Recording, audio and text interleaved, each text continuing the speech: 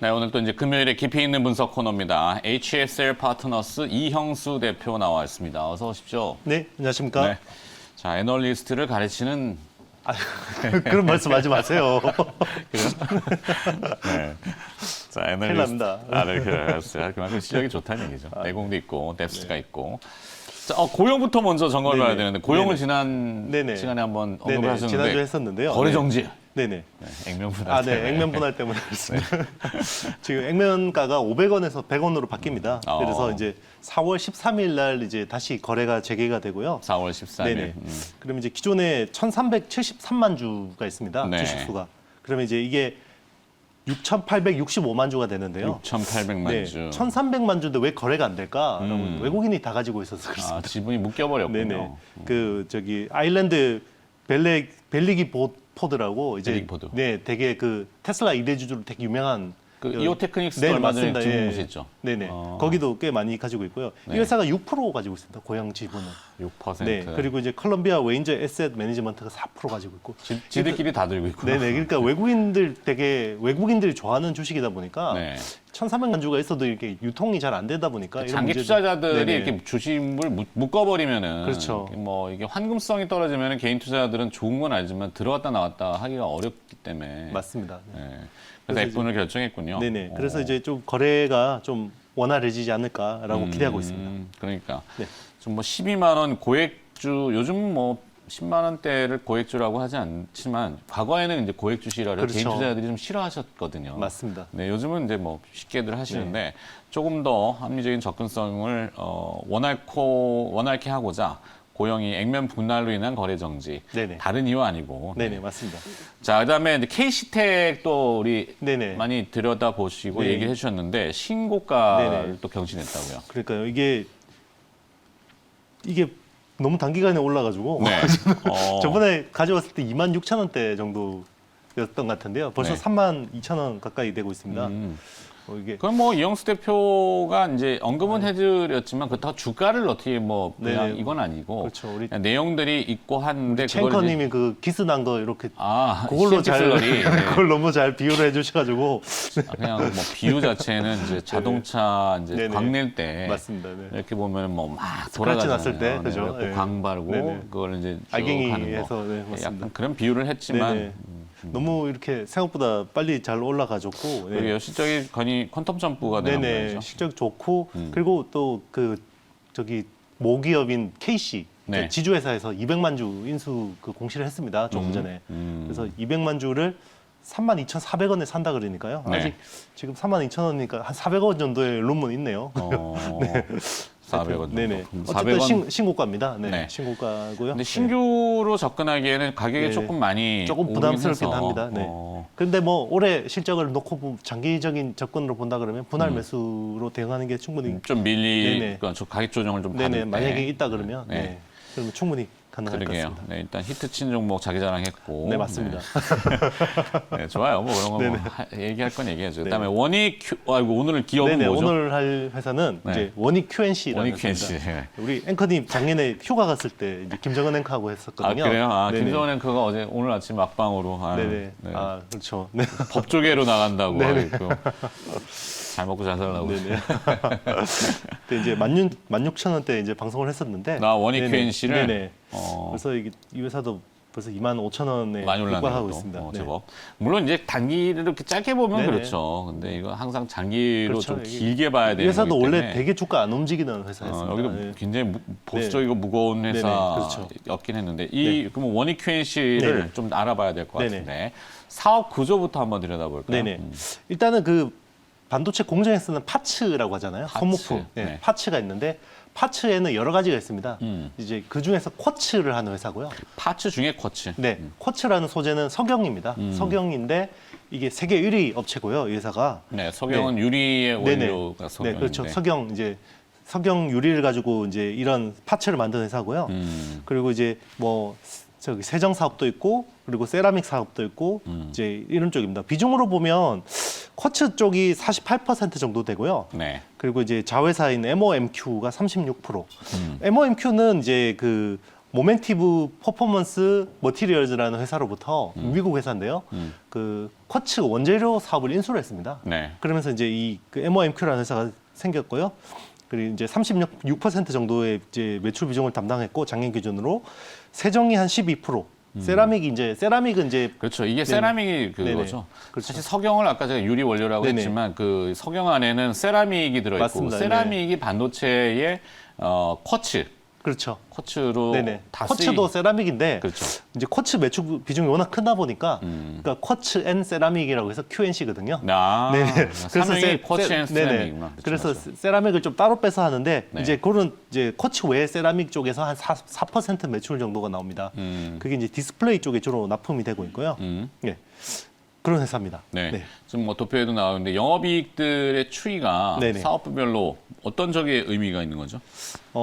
일단은 이제 쿼츠 쪽이 제일 중요하겠죠. 네. 이제 쿼츠 쪽이 제일 중요한데 그동안 이제 작년에 이제 그 412억 영업이익이 나왔는데 생각보다 좀 못했던 부분들이 MOMQ에서 계속 적자가 나고 있습니다. 네. 작년에 한 150억 정도의 적자가 났고요.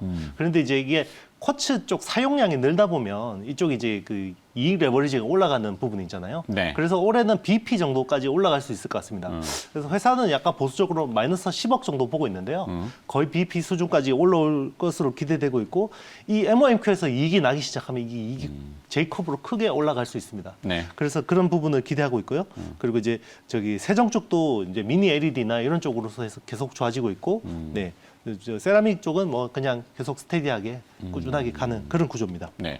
다음 주 월요일로 예정돼 있는데 백악관에서 이제 긴급 회의들을 소집했잖아요. 네네. 반도체 관련된 대응 전략으로. 네네, 맞습니다. 전략적 대응이라는 표현이 이제 등장하기 시작했기 때문에 네네. 전 세계 이제 반도체 이 캐파 증설 하게 되면은 네네. 쿼츠는 당연히 수혜가 되는 맞습니다. 거죠. 네. 이 왜냐하면 그 MPM 아까 모멘티브의 그 원래 회사가 네. 미국 회사잖아요. 부분. 그러면 기반이 다 미국에 있겠죠. MOMQ도 다 미국에 기반을 두고 있는 회사고 그동안에는 이 회사가 좀 쿼츠 쪽에 세계 1등인데 네. 경쟁사 토소라는 회사에서 주로 원재료를 샀어요. 어. 그러니까 되게 구조가 좋지 않은 거죠. 소부장 트렌드하고도 맞지 않는 거고. 그래서 이제 미국 회사에서 쿼츠 원재료 사업부를 인수했고 그게 미국에 기반이 있다 보니까 그런 어떤 미국 반도체 굴기 쪽에서 수혜를 굉장히 볼 수 있습니다.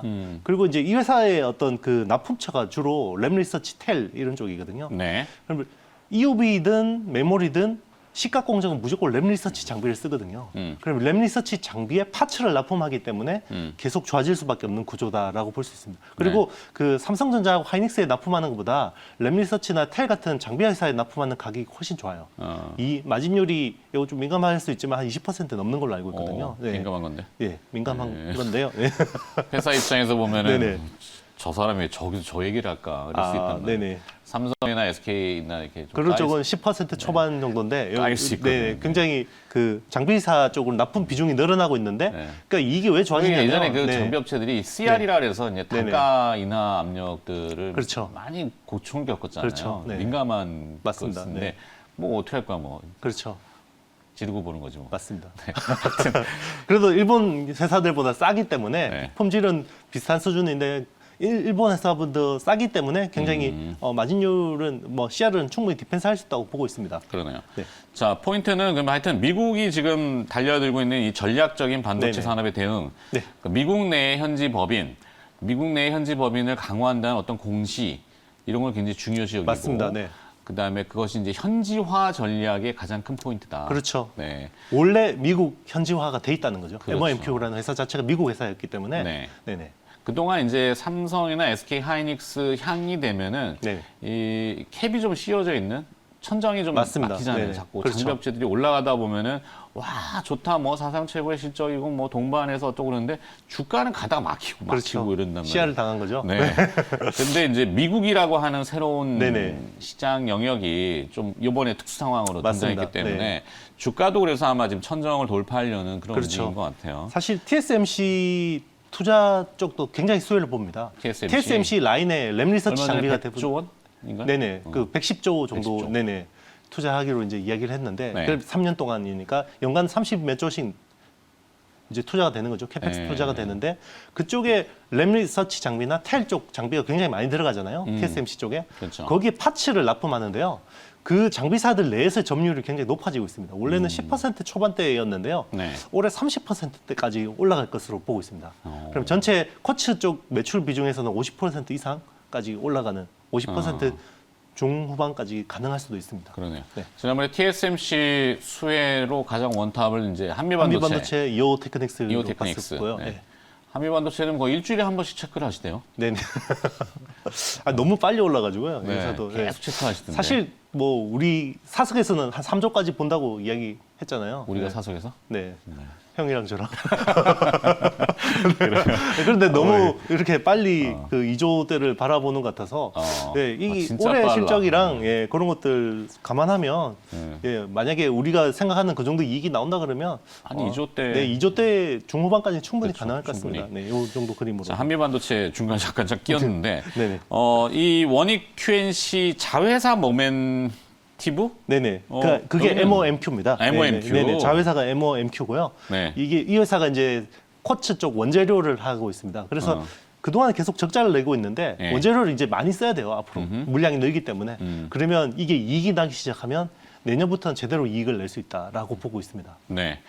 자, 세정사업부 여기도 좀 해주세요. 주력 고객사 코팅 공정 변화 주도. 네.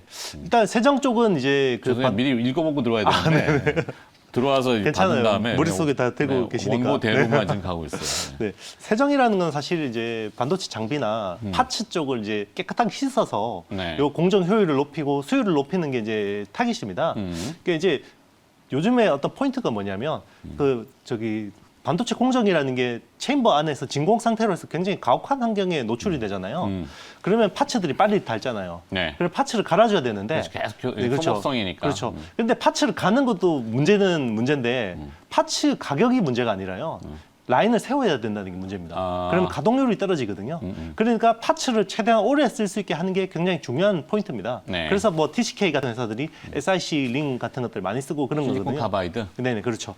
그렇게 하는 이유가 그 굉장히 내화학성이나 내마모성이 좋기 때문인데 그러면 이런 쿼츠나 이런 파츠 쪽에도 코팅을 하는 게 좋습니다. 그러면 오래 쓸 수 있습니다. 그렇죠. 그리고 기존에는 에어로졸 디포지션이라는 이런 단순한 어떤 코팅만 했었는데 지금은 이제 아토믹 플라즈마라는 거나 CVD 같은 네. 화학기삭 증착이나 이런 것들을 통해서 파츠를 코팅을 했었습니다. 그러면 좀 더 오래 쓸 수 있기 때문에 그럼 당연히 고부가겠죠. 이런 쪽으로 지금 이 회사가 많이 하고 있는데 공정을 계속 네네, 개발시키는구나. 맞습니다. 그래서 이 회사가 이제 그런 코팅 사업을 위해서 글로윈이라는 회사를 2018년에 인수를 했습니다. 네. 그래서 이제 그러면서 그동안에는 이제 국내 공장 쪽에 주로 납품을 했었는데 작년 말부터 중국 시안 공장 콜을 받았고요. 네. 세정 쪽으로 받았고 미니 LED 쪽 올해 삼성이 한 300만 대 정도 나올 것 같거든요. TV가. 그럼 그런 쪽 세정도 들어가고 있고요. 중국 시안도 넣고 미국 뭐 오스틴도 넣고 이러면 네, 좋겠네. 맞습니다. 앞으로 이제 이런 쪽으로도 굉장히 확장성이 좋아지고요.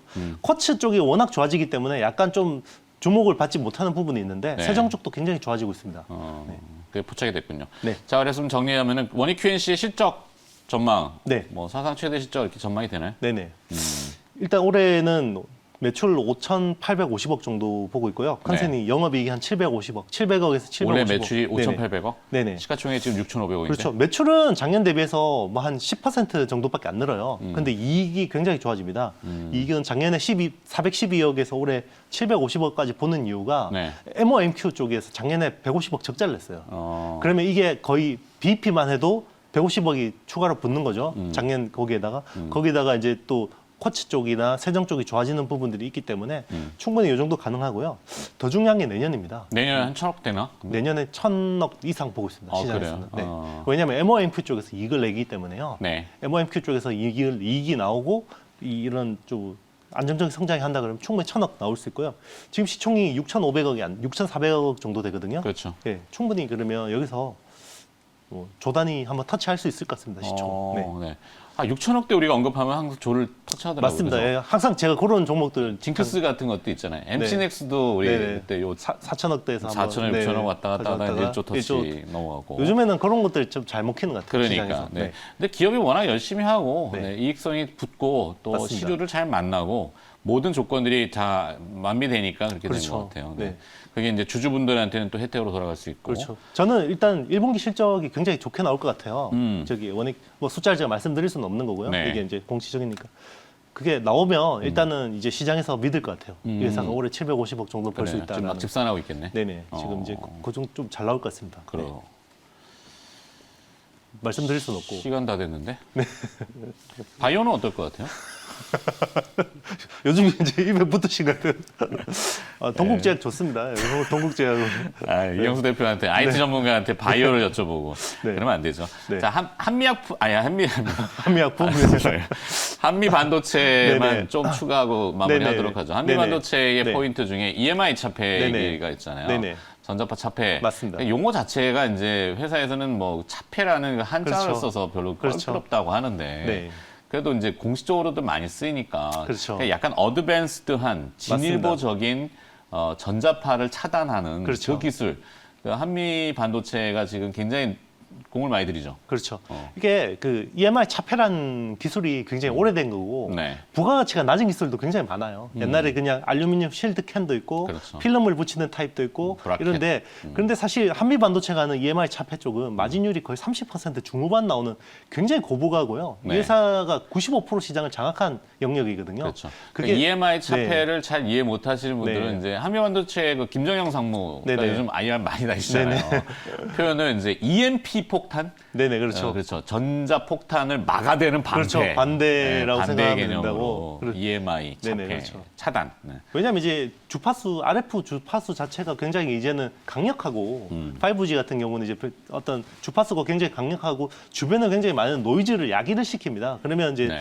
주변에 있는 반도체들이 그 영향을 받으면 간섭. 네, 오작동이 발생할 수 있기 때문에 칩 단위로 이렇게 다 차폐를 해야 되는데요. 그럼 칩에다가 차폐를 하려면 막 알루미늄 실드캔 같은 그 굵은 것 막 놓을 수도 없잖아요. 그렇죠. 무게도 나가고. 네. 그러니까 스퍼터링이나 스프레이 같은 이런 것들로 해서 도포를. 그렇죠. 스퍼터링이라는 거는 그 PVD거든요. 네. 그러니까 이제 그 CVD 우리 PVD 반도체 공장에서 많이 이야기하는데 물리 화상, 그렇죠. 물리 그렇죠. 기상 증착 그냥 방식. 이온으로 이렇게 진공 챔버에서 이온으로 만들어서 타깃을 때려서 이온을 만들어서 이거를 이온을 그냥 표면에다 박아 넣는 거거든요. 그렇죠. 물리적으로. 네. 그래서 그 자체가 굉장히 공정이 그 어렵죠. 굉장히 비싼 공정이고 어려운 공정이고 그 예전에 막 테이핑 같은 걸로 네네. 이렇게 덮기도 했지만 그게 맞습니다. 공극이 생기니까 그렇죠. 빈 공간에 이제 그렇죠. 들어가서 막 간섭을 일으키니까 그렇죠.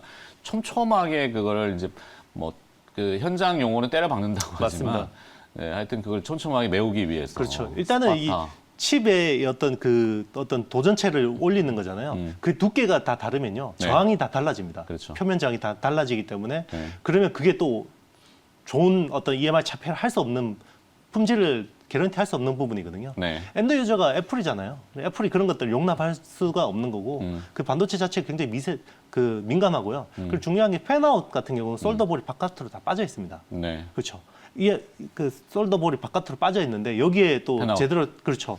그게 마이크로 펌프에다가 처리가 제대로 안 되면 제대로 된 EMI 차폐가 안 되는 거죠. 맞아요. 그러니까 그거를 핸들링할 수 있는 장비 회사가 전 세계에서 한미 반도체밖에 없는 맞아요. 거죠. 네. 그래서 어드밴스드 EMI라고 하는 게 맞는 거고요. 맞아요. 네. 그 뭐 그런 것들을 좀 회사에서도 새로운 용어나 이런 고민을 걸로 많이 해서 하시는 것 고민을 같더라고요. 하는 게 맞는 것 같습니다. 네. 네. 여기까지. 네. 네. 43분 25초. 네. 네. 바이오 이야기나 좀 할까요? 아니야. 여기까지. 네. 자, 다음 주에 다시 또 네네. 기대해 보도록 하고 네네. HSL 파트너스의 이형수 대표가 오늘 또 깊이 있는 얘기들 이것저것 많이 해줬는데 어디 참 듣기 어려운 내용들이에요. 네, 좋은 것 맞습니다. 같습니다. 네. 네. 오늘 대단히 고맙고요. 네. 네. 다음 주에 또 뵐게요. 네, 알겠습니다. 고맙습니다. 네, 열심히 하겠습니다. 네.